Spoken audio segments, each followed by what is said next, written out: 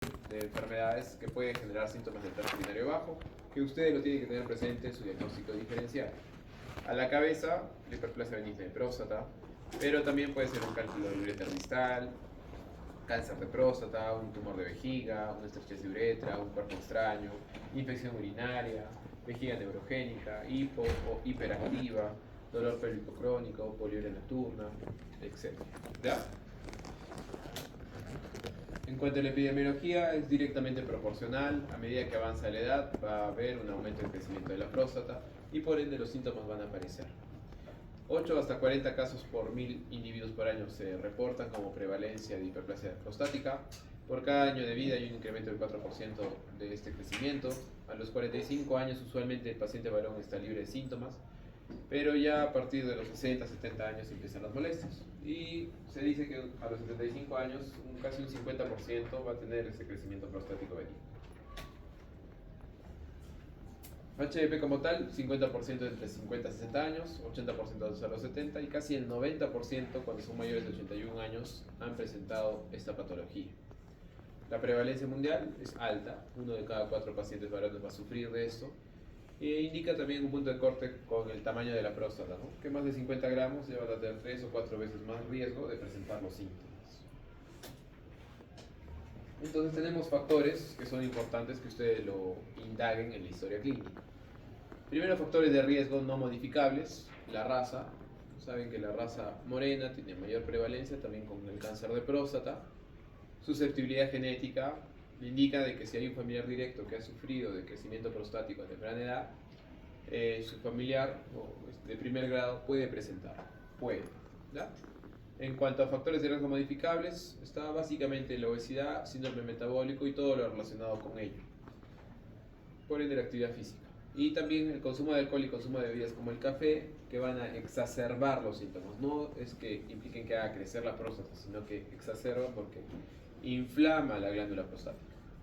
Y condiciones que exacerban, como les mencioné, ¿no? Hipertensión, diabetes y cualquier enfermedad neurológica, ya sea ACV, Parkinson, lesión de médula espinal, espina bífida, traumatismo, vértebro regular, etc. ¿Ya? En cuanto a la anatomía de la próstata, se encuentra ubicada y forma parte de la uretra prostática, se encuentra entre la sínfisis del pubis, la zona del espacio de Retzius y la fascia de Nenobeliers que va a separarlo del recto. ¿Ya? Tiene un esfínter externo, un esfínter interno y es una glándula que aproximadamente mide entre 15 a 20 gramos. En cuanto a la irrigación, está irrigada por las arterias prostáticas. Está irrigado por la arteria prostática, que es rama de la vesical inferior, que es rama a su vez de la ileana interna. En cuanto al drenaje venoso, va a drenarse en el plexo de Santorini, que está en la parte anterosuperior de la próstata. ¿Ya? Esta es una diapositiva importante donde hay preguntas de esto. El patólogo McNeil la dividió a la próstata en zonas, que son 4. ¿Ya? La zona central, transicional, periférica y fibro muscular.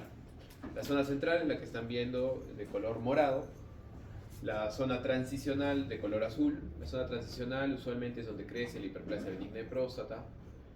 La zona periférica, acuérdense de la P, donde usualmente crece el cáncer de próstata. Eso no quita que en otras zonas puedan hacer el cáncer de próstata, pero con mayor frecuencia en la zona periférica. ¿Ya? Y por último la zona fibromuscular. ¿Vale? Atentos chicos, eso. En cuanto a la fisiología, la glándula prostática, como bien saben, es una glándula productora de enzimas que va a producir secreciones que se van a unir al líquido seminal. Producen una proteína que es el PSA, el antígeno prostático específico, que sirve para licuefectar el semen y que se utiliza como un marcador de cáncer prostático. También el citrazo y la fosfatasa ácida prostática. En algunos lugares dosan la fosfatasa ácida prostática como medio de tamizaje para el cáncer de próstata. Además va a producir zinc, magnesio, selenio, fructosa y fibrinógeno que se encuentran en el líquido seminal. Y recuerden que es por estimulación nerviosa simpática. ¿Ya? La dirección es parasimpática, para que se acuerden siempre. ¿Ya? En cuanto a la fisiopatología, aún no se sabe con exactitud la teoría exacta del por qué el crecimiento prostático se da a partir de los 50, 40 años. ¿Ya? Hay dos teorías, la primera la androgénica u hormonal, que indica que la testosterona hace proliferar las células prostáticas y también inhibe la muerte celular, por ende se da el crecimiento continuo de la próstata. Y la otra que se ha visto en estos tipos de pacientes, que hay inflamación sistémica, se ha evaluado que está el PCR elevado, que incluso se ha ubicado macrófagos que producen citocinas que estarían relacionadas a la hiperplasia estromal. También en pacientes que tienen obesidad y próstata, se ha visto que las grasas dietéticas pueden inducir a la inflamación de la próstata, y también se ha ubicado el factor inducible por hipoxia alfa 1, que también estaría relacionado con el crecimiento prostático. Y respecto al por qué se generan los síntomas, hay dos factores: el estático, mecánico o anatómico, que se refiere a la obstrucción como tal de la próstata, y el factor dinámico funcional, que se refiere al motor, que es la vejiga. La falla en ese almacenamiento y en esa contracción vesical, que lo vamos a ver en la siguiente diapositiva. En la imagen de la derecha tenemos la glándula prostática normal, que se encuentra en la uretra prostática, como vimos en las primeras diapositivas. La vejiga tiene que relajarse para recepcionar la orina, y más o menos cuando tengan 250 o 300 cc va a tener el primer deseo de micción el paciente, y la vejiga va a contraerse, se van a relajar los músculos y va a salir la orina, ¿sí? Pero ¿qué sucede en el crecimiento prostático? Como ven en la imagen de acá, la próstata ha crecido y está disminuyendo el lumen de la uretra. Entonces van a comenzar las molestias de los síntomas del tracto urinario bajo, ¿ya? Ese es el factor estático y dinámico del paciente. En este video es una cistoscopía. La cistoscopía es una camarita para visualizar vejiga y próstata.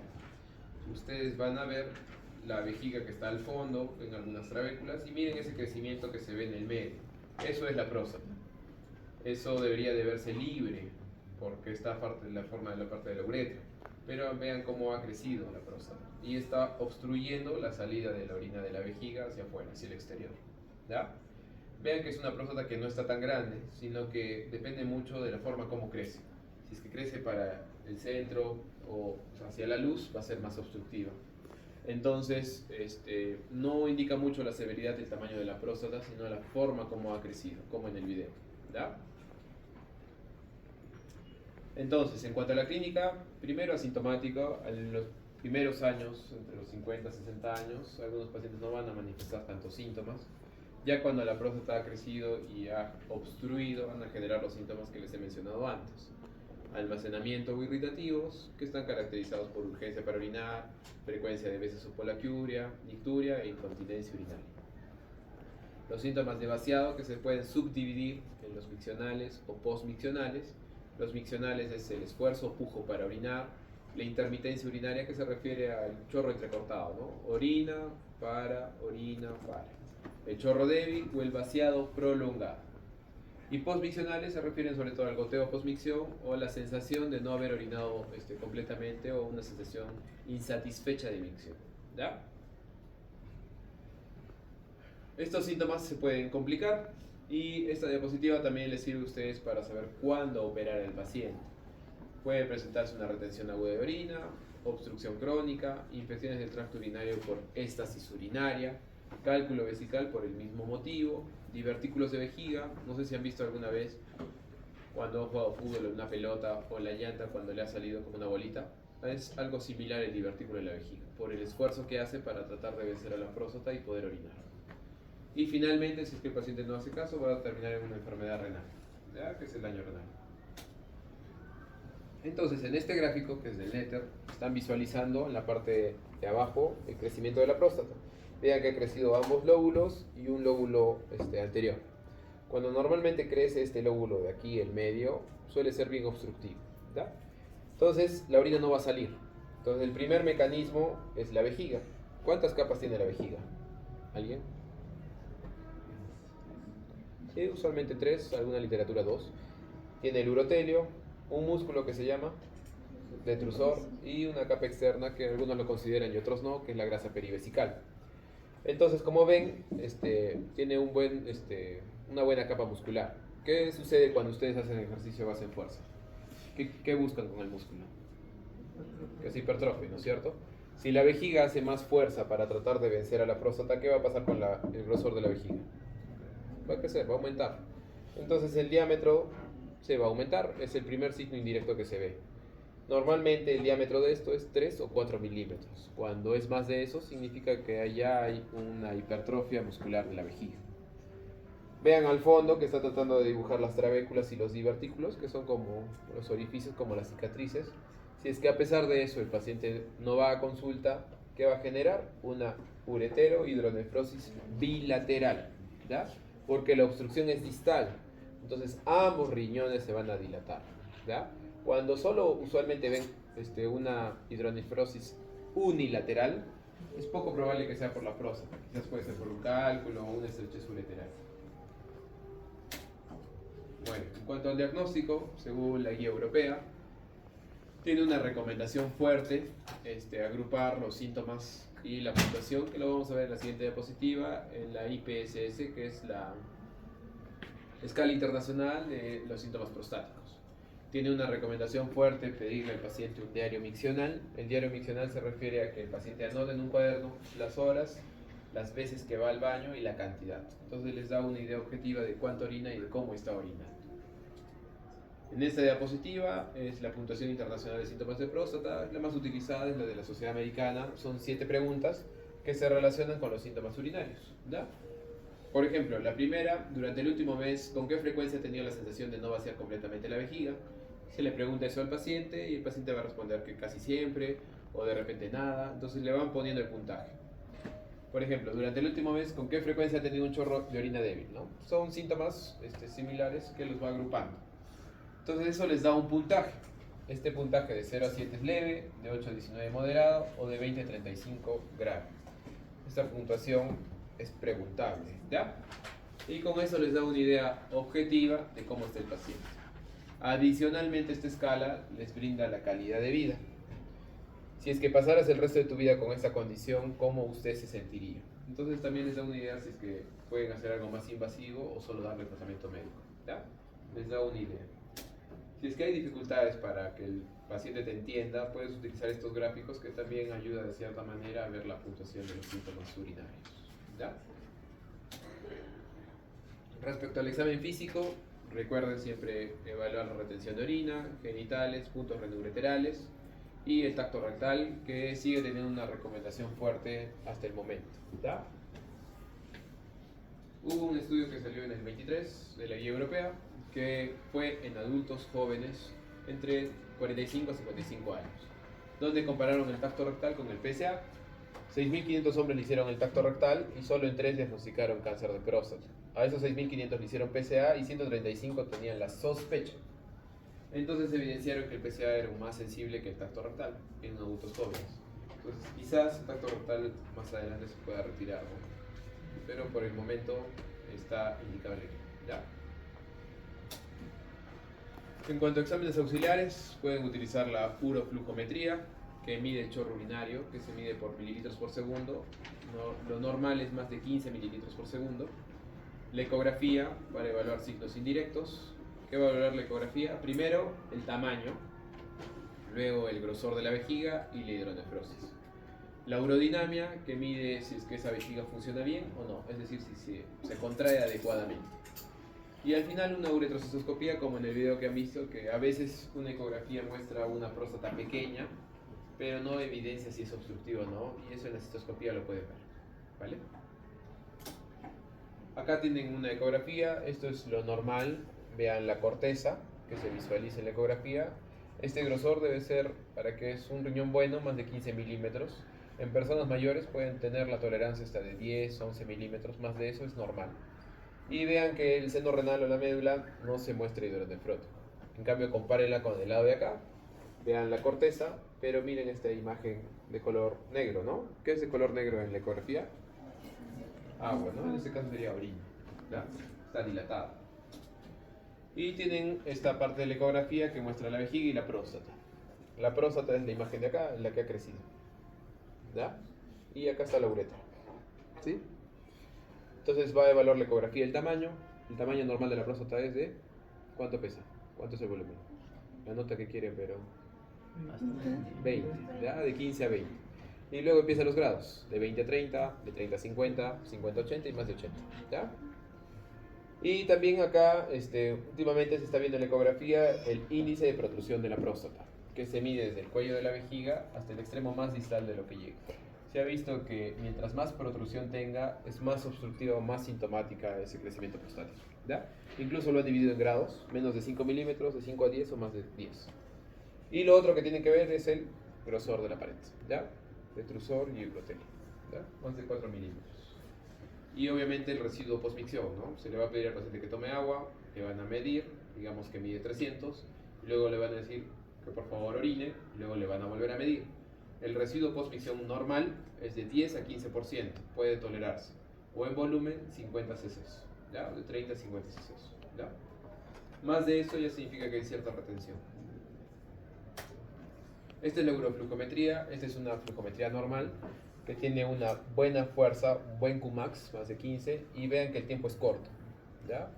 En cambio, en una hiperplasia no tiene buen Qmax, menos de 15 milímetros por segundo, y es prolongada, ¿ya? Intermitente. Adicionalmente, en algunos pacientes puede tener de repente una estrechez de uretra, entonces se le pide una uretrografía retrógrada, que es colocar un de contraste por el pene. Van a ver cómo pinta la uretra y vean que acá está en la zona de estrechez. Y esto es lo que está generando los síntomas, no la próstata. ¿Ya? Esta línea es normal, porque esa es la uretra prostática, pero acá estaría la zona de estrechez. ¿Ya?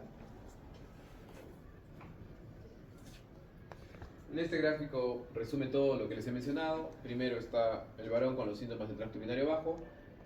Hay que evaluar los síntomas, clasificarlos en la IPSS, solicitar los exámenes de sospecha, tacto rectal y PSA, y con eso lo van a agrupar. Si es cáncer o si es hiperplasia benigna de próstata. Y de acuerdo a eso van a brindarle tratamiento médico o tratamiento quirúrgico, ¿vale? En cuanto al tratamiento, son 3 pilares: modificaciones de estilo de vida, ¿sí? Consume alcohol, café, es obeso, hace poco ejercicio, tratamiento médico y tratamiento quirúrgico, que lo vamos a ver. El tratamiento médico lo he tratado de resumir en esta diapositiva. Son 3: bloqueadores alfa-adrenérgicos, que lo conocen, la tamsulosina, y sus derivados, que puede ser la terazocina, doxazocina o siledocina. Inhibidores de la fosfodiesterasa 5, el Viagra, o la evolución que es el tadalafilo, que en menos dosis de 5 miligramos puede ayudar a los síntomas de crecimiento prostático y también a la disfunción eréctil. Ya a los 2 o 3 meses hace efecto. Inhibidores de la 5-alfa reductasa, la idea es disminuir la conversión de la dihidrotestosterona para enlentecer el crecimiento de la próstata. Es el finasteride y el dutasteride. Y entre esos 3 se pueden hacer terapia combinada, ¿ya? Adicionalmente hay los agonistas adrenérgicos beta 3 o anticolinérgicos cuando el paciente tiene una próstata pequeña pero está contrayendo mucho. Entonces estos inhibidores hacen que la vejiga se relaje para que el paciente no vaya al baño continuamente. Pero no se administran en todos los pacientes, porque si tenemos un paciente que tiene crecimiento prostático, ¿qué va a suceder si relaja la vejiga? Va a obstruirse más, ¿no? Entonces me quedo contento con que sepan los 3 primeros que les he mencionado. Terapia de combinación, lo que les mencioné, y también quería colocar la fitoterapia, que tiene cierta evidencia, la Serenova repens, sobre todo para próstatas pequeñas, que puede desinflamar la próstata, ¿ya? Las indicaciones para el tratamiento es una diapositiva similar a las complicaciones: retención urinaria refractaria, infección urinaria recurrente, hematuria macroscópica, cálculos vesicales, divertículos, engrosamiento de vejiga e hidronefrosis. ¿Ya? Solo que ahora último hay la teoría de que no es necesario que el paciente falle el tratamiento médico o que espere todo eso para recién operarse, ¿no? Quizás se puede operar a tiempo y evitar todas esas complicaciones, porque recuerden que la cirugía retira el crecimiento prostático, pero no tiene ningún efecto o no va a operar la vejiga. Si la vejiga ya se engrosó, va a quedarse así, ¿no? Entonces de repente después de operado puede continuar con algunos síntomas, ¿ya? Por eso es conveniente operarlo a tiempo. Para la preparación preoperatoria, como todo tipo de paciente, la evaluación, los exámenes auxiliares, los riesgos, alguna prueba adicional que quieran solicitar si es que tienen duda, se tiene que realizar. Y bueno, finalmente elegir el tratamiento. El tratamiento de la hiperplasia benigna de próstata ha avanzado. Incluso hay una sociedad de hiperplasia benigna de próstata. Es lo más estudiado, ¿ya? Primero la convencional o el corte, que es la PTB. Luego evolucionó a la resección transuretral monopolar, pero tuvo sus restricciones porque utiliza agua destilada y solo se puede operar 1 hora. y próstatas normalmente de menos de 80 gramos. Luego evolucionó a la RTU bipolar, que utiliza cloruro de sodio, te permite operar próstatas más grandes, más tiempo operatorio, 2 a 3 horas. Y finalmente estamos con la enucleación prostática, que aparentemente va a ser el gold estándar en adelante, ¿no? Que utiliza láser, holmium, thulium o también energía bipolar. ¿Ya? En este gráfico, que es de la Sociedad Americana, lo suelen dividir en 3 grupos. Menos de 30 gramos, que está indicado la resección transuretral. Entre 30 y 80 tienen estas alternativas. La enucleación, también la RTU. Más de 80 gramos, incluso la guía americana sigue considerando la prostatectomía abierta o la convencional. La enucleación, también la RTU. ¿Ya? Eso no es tan necesario que lo sepan específicamente porque es más de especialidad, pero es bueno que tengan una idea. ¿Ya? Este es un video que muestra la cirugía de próstata. Están viendo ustedes primero la uretra, ven el esfínter y están viendo ahí el crecimiento de la próstata, que esto obstruye la salida de orina. Vean la vejiga con sus trabéculas, sus meatos ureterales, donde se enfocan los uréteres, y empieza el láser Holmium a retirar el relleno. Imagínense la próstata como una naranja, se va a retirar todo el relleno y se queda la cáscara. ¿Por qué se queda la cáscara? Porque sirve para mantener, no lesionar el esfínter y para mantener al paciente con función eréctil normal conservada, porque por fuera pasan las banderitas. Entonces el láser trata de ubicar el plano entre la zona transicional y la zona periférica para extraer. Es lo mismo que la técnica abierta, solo que es con enucleación digital. En esto estoy utilizando el láser, ¿ya? Para ubicar el plano. Voy a adelantar. Vean, ahí está el plano, lo que se está quedando en la zona periférica y lo que está saliendo, lo del medio, es la zona transicional o el crecimiento. ¿Ya? Es un espacio virtual. Y finalmente, una vez de que ya se saca todo el relleno, eso se va a mandar a vejiga, luego entra un morcelador que lo va a succionar y lo va a triturar para que salga por pedazos. ¿Bien? Es lo mínimamente invasivo. Ahora es la tendencia en medicina. ¿Sí?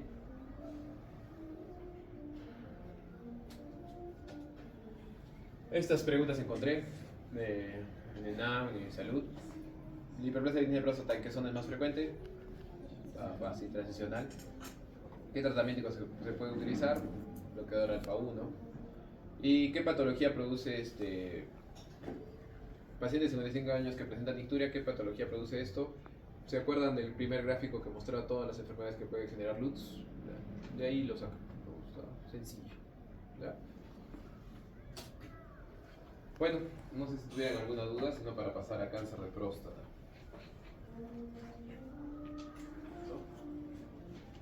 Claro. Cáncer de próstata es uno de los cánceres en urología de los más frecuentes y también de los más preguntables. Los factores de riesgo, esto sí lo tienen que saber. La edad, a más edad hay más riesgo. Factores dietéticos, síndrome metabólico y obesidad, que está relacionado con el factor de acá. Factores genéticos, recuerden que pacientes de primer grado que hayan tenido sus familiares cáncer de próstata tiene más riesgo a presentarlo también, ¿ya? Por eso es que el screening de cáncer de próstata empieza a los 50 años, pero si tu papá ha tenido cáncer de próstata o tu hermano, a partir de los 45, se adelanta un poco. Y si es que tienen estudios de mutación genética, de BRCA1, BRCA2, a partir de los 40 años se tiene que empezar el screening. Ocupacionales en cadmio, no está tan probado, pero también lo consideran. Factor racial, recuerden que les dije los de raza morena o oscura tienen mayor incidencia de tener cáncer de próstata, y también si es que tienen cáncer de próstata tienen mayor porcentaje de tener un cáncer de próstata más agresivo. Y el tabaquismo. Histológicamente el más frecuente es el adenocarcinoma, un 95%. Recuerden lo que les dije de las zonas, usualmente suele crecer más en la zona periférica, ¿ya? Pero eso no quita que pueda crecer en las otras zonas, ¿ya? Es importante en la histología los grados Gleason, que los voy a explicar. Y la diseminación es local, tiene una evolución natural lenta, de aproximadamente 10 años. Suele afectar primero a los ganglios ilíacos, pélvicos, y hace metástasis a hueso, ¿ya? Entonces vamos a ver lo de la escala de Gleason. Gleason es una escala que suele utilizar la patología, los patólogos, que diferencia las células del 1 al 5. Cuando es 1, es una célula diferenciada, pero que no es tan agresiva como una 5. La 5 es completamente diferente a la célula normal. ¿Ya? Entonces, 1, 2, 3, 4 y 5. Digamos, pongamos en el hipotético caso que le toman una biopsia al paciente y salen los diferentes tipos de células, salen los 5. Entonces, el patólogo lo que hace es nombrarles las de mayor agresividad. O sea, si tuvieran del 1 al 5, chicos, porque si no, no se va a entender. Entonces, digamos que tomaron la biopsia y apareció los 5 tipos de célula. El patólogo solo les va a mencionar las 2 más severas. Digamos, si es que hay del 1 al 5, les va a mencionar el 4 y el 5. Digamos que solo había 1, 2 y 3, solo las de tipo 3. O de repente, si solo había 3, 4, 5, 4 y 5. Ahora, digamos que hay los diferentes tipos de célula. Digamos que hay 60% del tipo 4 y un 40% del tipo 5. El patólogo les va a poner primero 4 más 5 porque hay más frecuencia de este. Ahora, si fuera al revés, de repente hay más del 4 que del 3, les va a poner un 4 más 3. ¿Ya? Entonces, lo agrupamos el grupo de grado histológico. Antes se utilizaba el puntaje de Gleason, pero ahora se está utilizando en los grados ISUP, que viene a ser similar. ¿Ya? Entonces, el patólogo les va a dar un 3 más 3, que significa que hay células de tipo 3. No había ni 4 ni de 5. Les da un puntaje 6, que corresponde al grado 1. Y así, ¿no? 3 más 4 significa que hay más frecuencia del 3, no había ninguna célula de 5. 4 más 3, hay más células del 4. Este tiene peor pronóstico que este. ¿Ya? Luego el grupo 4 es 4 más 4, 3 más 5, 5 más 3. Y el último grupo, el de peor pronóstico, el más agresivo, 4 más 5, 5 más 4, 5 más 5. En ese tipo de cáncer sí es importante Gleason porque les va a dar el pronóstico del paciente y también la estratificación que va a corresponder para el tratamiento. ¿Ya? Por eso sí vale la pena explicarlo. Y luego tenemos el TNM, que también ese tipo de cáncer sí es importante. T0 no hay. T1 es un tumor no palpable que se diagnostica por biopsia, usualmente. T1A menos del 5%, T1B más del 5%, T1C por biopsia, que se encuentra en ambos lados, pero que no se palpa. El T2 ya se palpa, el T2A en la mitad de un lado o menos, el T2B en un lado, pero no en ambos, el T2C en ambos, el T3 ya es extraprostático, el T3A es extraprostático, y T3B en vesículas seminales y T4 ya órganos vecinos. ¿Ya? Obviamente tiene que tener en cuenta los ganglios y también la metástasis. ¿Ya? Pero quedo contento con que sepan el T. ¿Ya? Entonces, para el diagnóstico, esto también claro, ¿ya? Los dos primeros, el tacto rectal y el PSA, sirve para screening. ¿Qué significa? Que solo hacen la sospecha. No van a diagnosticarles el cáncer de próstata, solo van a sospechar. Si es que tienen el tacto rectal alterado y el PSA elevado, tienen que pasar a los de abajo. La biopsia de próstata detecta algún 95% del cáncer de próstata y ahora se está utilizando también la resonancia multiparamétrica que lo divide por grados o incluso se puede fusionar. Se puede hacer la biopsia por ecografía o por resonancia magnética a la par. ¿Ya? Los valores de PSA, recuerden ustedes que menos de 4 es normal, más de 4 es alterado, sospechoso. Estos valores lo utilizan para poder clasificarlos, pero no quiero que se confundan, ¿ya? Menos de 10, 10 a 20 o más de 20 lo utilizan para el screening o para la clasificación. Esto de los PIRATS, PIRATS 1 que aleja la posibilidad de cáncer y PIRATS 5 que es altamente sospechoso de que tenga cáncer de próstata, ¿ya? Eso se los brinda el radiólogo, que va a depender cómo el contraste se capta en la tumoración. Y de acuerdo a esas características les va a dar una idea. ¿Sí? Esto le pueden pedir antes de hacer la biopsia para tratar de hacer mayor incidencia en la zona donde está la biopsia, ¿no? Obviamente que es un poco más costoso, pero también está haciéndose más cotidiano esto. Y justamente los grupos de riesgo, lo que les mencionaba. Esta es la clasificación más sencilla, la de D'Amico, que es la de riesgo bajo, que esta lo clasifica con 3 cosas: el TNM, el Gleason y el PSA. ¿Ya? Por eso les he mencionado eso antes de ver esta clasificación. Riesgo bajo es una puntuación T1 o T2A. Gleason menos de 6 o el grupo 1 y el PSA menos de 10. El riesgo intermedio T2B, Gleason 7 y PSA de 10 a 20. Y el riesgo alto 12, Gleason 8 a 10 o PSA más de 20. ¿ya? Y localmente avanzado es cualquier PSA con cualquier Gleason, pero un T3 o T4. Significa que ya está extraprostático, ¿sí? Pero la que se utiliza en la vida real es esta, que es de la NSCN, que tiene la misma idea de D'Amico, que lo divide en muy bajo, bajo riesgo, intermedio favorable, intermedio desfavorable, alto riesgo y muy alto riesgo, ¿ya? De acuerdo a esta clasificación se va a brindar el tratamiento, ¿ya? Que sepan que de D'Amico está perfecto, ¿ya? Acá si lo quieren en inglés también. Y bueno, luego está el algoritmo de tratamiento para el cáncer de próstata. Tenemos 4, ¿ya? Tenemos una primera parte que son los curativos, que se refiere a prostatectomía radical o radioterapia. Ya sea la radioterapia de externo o la braquiterapia. Esos dos te pueden ofrecer tratamiento curativo. Y tenemos el otro que es manejo paliativo, que puede ser con la hormonoterapia, la vigilancia activa o la observación. Observación es no hacer nada, vigilancia activa significa dosarle continuamente PSAs, hacerle tacto o hacerle biopsias. Y la hormonoterapia, ustedes recuerden que el cáncer de próstata se alimenta de la testosterona. Entonces la hormonoterapia consiste en bloquear la producción de testosterona y también bloquear los receptores androgénicos de esto, ¿ya? Acá está en cuanto a la hormonoterapia, es la terapia de deprivación androgénica. Se puede hacer con la orquiectomía quirúrgica, que se está dejando de lado y se está prefiriendo utilizar los medicamentos o los agonistas GnRH, que son los más frecuentes que se utilizan, la triptorelina en la cabeza, o los antagonistas como el de Garel o el Relugolix, ¿ya?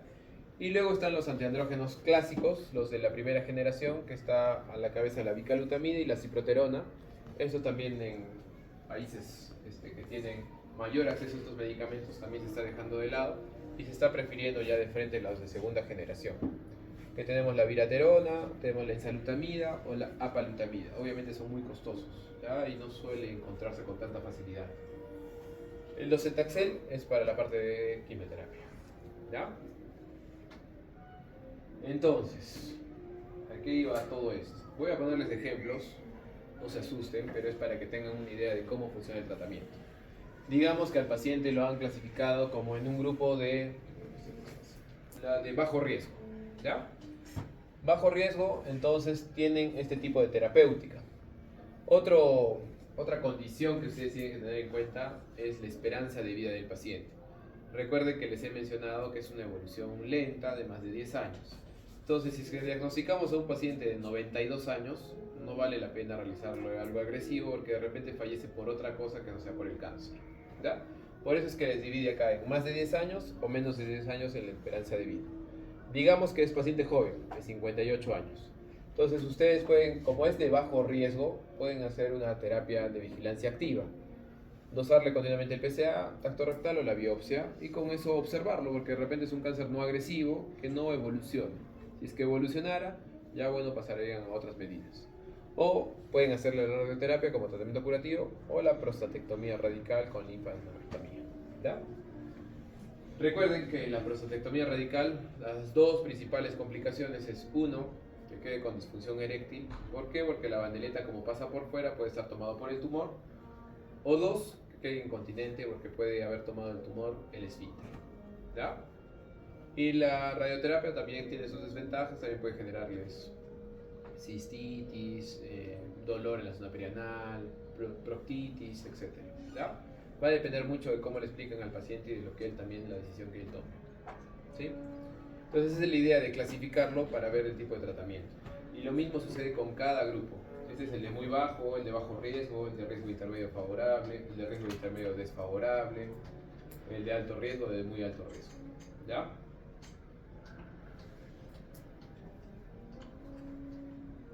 Pesado. Vamos a poner un ejemplo, ¿ya? Solo con este me quedo contento. A ver, paciente de 58 años, es joven, ¿no es cierto? Más de 10 años de vida. Tiene LUTs moderados, pero ustedes no saben si es cáncer o es hiperplasia porque tiene los mismos síntomas. Le hacen examen físico y tienen una próstata más o menos mediana, 5x4, y un nódulo en el lóbulo izquierdo. Ustedes no tienen mucha certeza si es que ese nódulo puede ser cáncer o no, pero ya están sospechando. Le piden un PSA y le sale en 13. hay sospecha de cáncer de próstata con esos dos. ¿Qué van a pasar? A la biopsia. Y la biopsia nos sale un adenocarcinoma Gleason 7. Un 3 más 4, que significaría un grupo 2. El PSA tiene 13, también estaría en 2. Sería un intermedio favorable. ¿Ya? Entonces ustedes lo ubican. Intermedio favorable, de acuerdo a la clasificación que hemos revisado. Y en el intermedio favorable lo que se considera para realizarle es, si tiene más de 10 años, como en el caso de nuestro paciente, pueden hacerle prostatectomía más linfa, o radioterapia, o vigilancia activa. En este caso que se optó por una prostatectomía radical con linfadenectomía, que es el tratamiento que se le brindó. Obviamente después hay que hacerle seguimiento, ver si es que el PSA ha disminuido o hay recurrencia de enfermedades, ¿verdad? Lo otro que quiero que sepan es que cuando se les da hormonoterapia al paciente puede tener dos etapas en este cáncer. Uno, cuando es hormonosensible. ¿Qué significa? Que ustedes bloquean la testosterona y el PSA tiene que descender. Significa que el cáncer está respondiendo a su tratamiento. Es hormonosensible. Pero lamentablemente hay receptores que después de cierto tiempo se activan. No se sabe el por qué, está en estudio. Y esa enfermedad se vuelve resistente a la castración. Es decir, a pesar de que le han disminuido la testosterona y darle medicamentos antiandrógenos, el PSA vuelve a ascender. Y ahí se tiene que utilizar otro tipo de antiandrógenos de segunda o tercera generación para otra vez enlentecer el avance del cáncer de próstata. ¿Ya? Este tratamiento es multidisciplinario, o sea, va el urólogo, radioterapeuta y también de la mano del oncólogo para el manejo médico. ¿Sí? Listo. Eso era en cuanto a quería mostrarles el cáncer de próstata. No sé si tuvieran dudas, preguntas. ¿Todo bien?